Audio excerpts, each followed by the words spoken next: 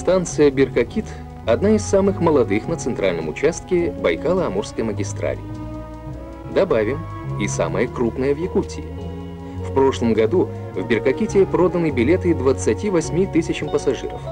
Впервые у жителей таежного уголка республики появилась возможность добраться до Москвы в комфортабельном поезде без пересадок.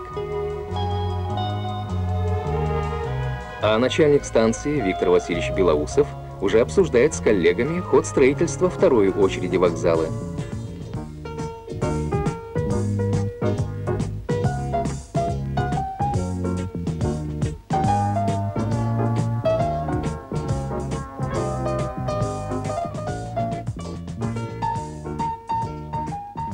Валерий Иванович Самойлов – лучший машинист локомотивного депо.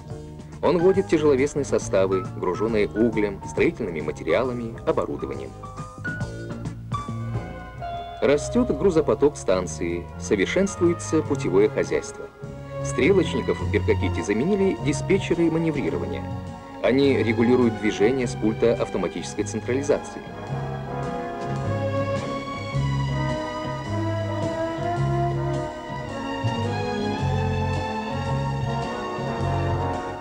Пройдет время, и отсюда отправится первый поезд по железнодорожной ветке, протянувшийся от Беркакита к столице республики. Строительство дороги предусмотрено планами развития Южно-Якутского территориально-производственного комплекса.